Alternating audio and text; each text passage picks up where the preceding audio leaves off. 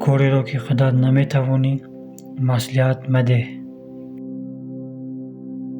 مصلحت خوب دیرشوی ندارد.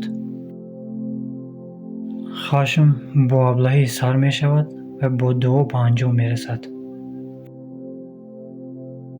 سرتراش سرتراشی را در سر ابلهان مشق می کند.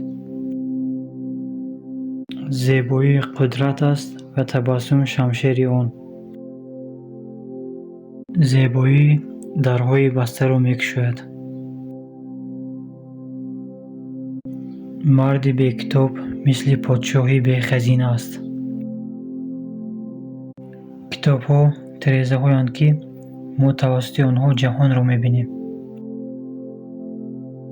خون به آتش می جوشد.